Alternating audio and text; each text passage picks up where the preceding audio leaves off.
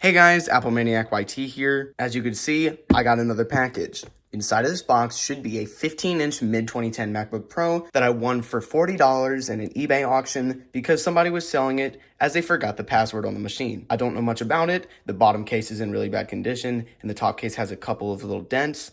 But we're going to get our first look at the MacBook when I go ahead and cut it open. Let's get started. I'm going to start by cutting the right side of the box. And let's see if I can just slide the MacBook Pro out of the box.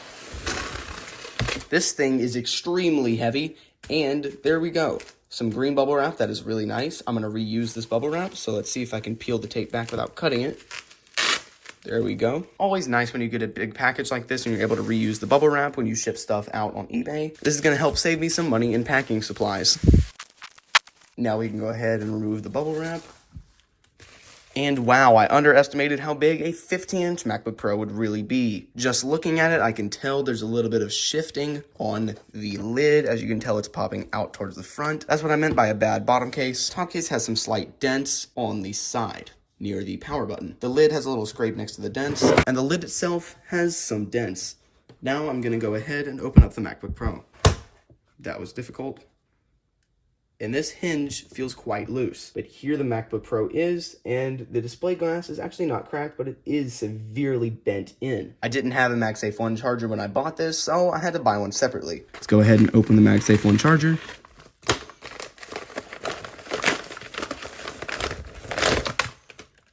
Here we go, and I think this may be a packing slip. As you can tell, this charger is used and isn't in the best shape, but it will work, and there is the MagSafe 1 connector. Let's go ahead and plug in the charger. Now let's see if there's a hard drive installed on the MacBook. The MacBook Pro does not seem to be turning on right now, so let me investigate what's wrong. Okay, so I couldn't really find anything wrong with the MacBook, so I just let it sit and charge with the 60-watt charger that I bought. Instead of an 85-watt, I bought the wrong charger, but it's okay. The charger still works with this computer, but after letting it charge for a while, I'm finally going to turn it on and see if it's charged enough to turn on.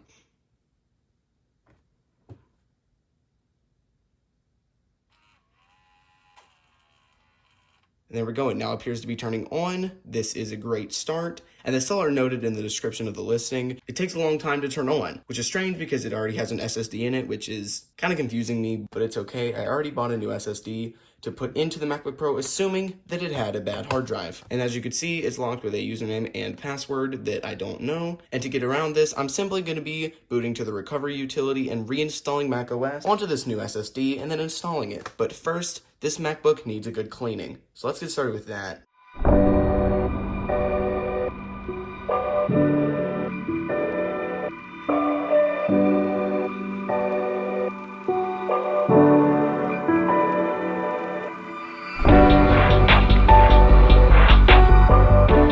Now that the MacBook Pro is clean, it's time to install the new SSD, which while I was waiting for it to charge, I went ahead and installed macOS Sierra on. Time to put the SSD into the MacBook Pro itself. Remove the bottom cover that has no screws in it.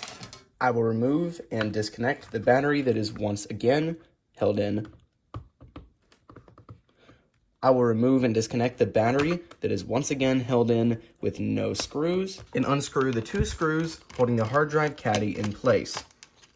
Now that these screws are out, I can lift the hard drive away from the MacBook and disconnect the SATA connector. Here is the crucial M4 solid-state drive that was installed by the previous owner that seems to have some issues and takes forever to turn the computer on. After installing the little standoff pegs that hold the SSD in place, I can go ahead and plug the SSD back into the MacBook Pro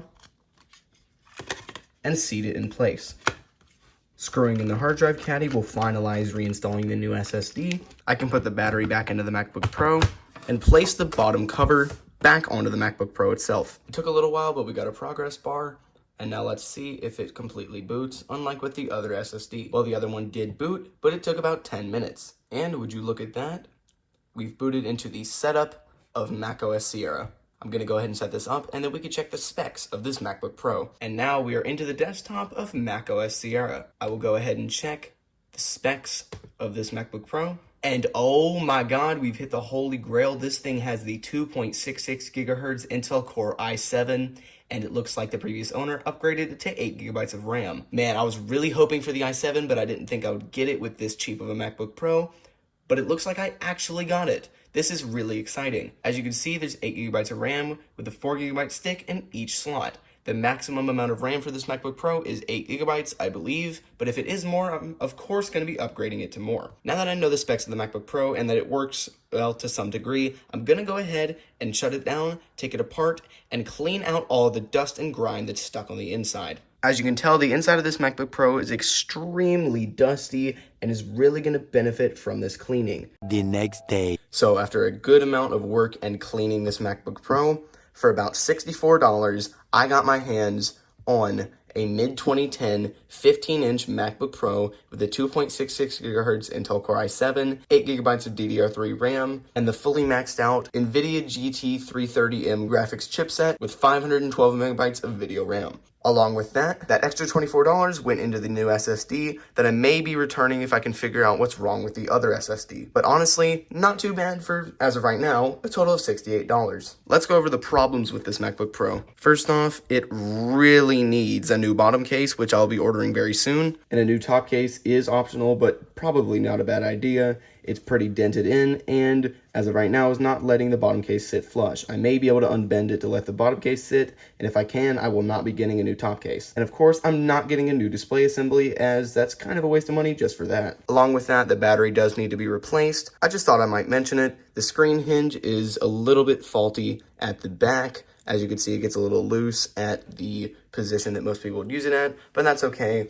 I don't think that I'm going to be doing any work on that. So this is it. For $64, this is what I got. A 15-inch mid-2010 MacBook Pro with an Intel Core i7 and 8 gigabytes of RAM. So thank you guys for watching. Comment, like, and subscribe. And as always, peace out, guys.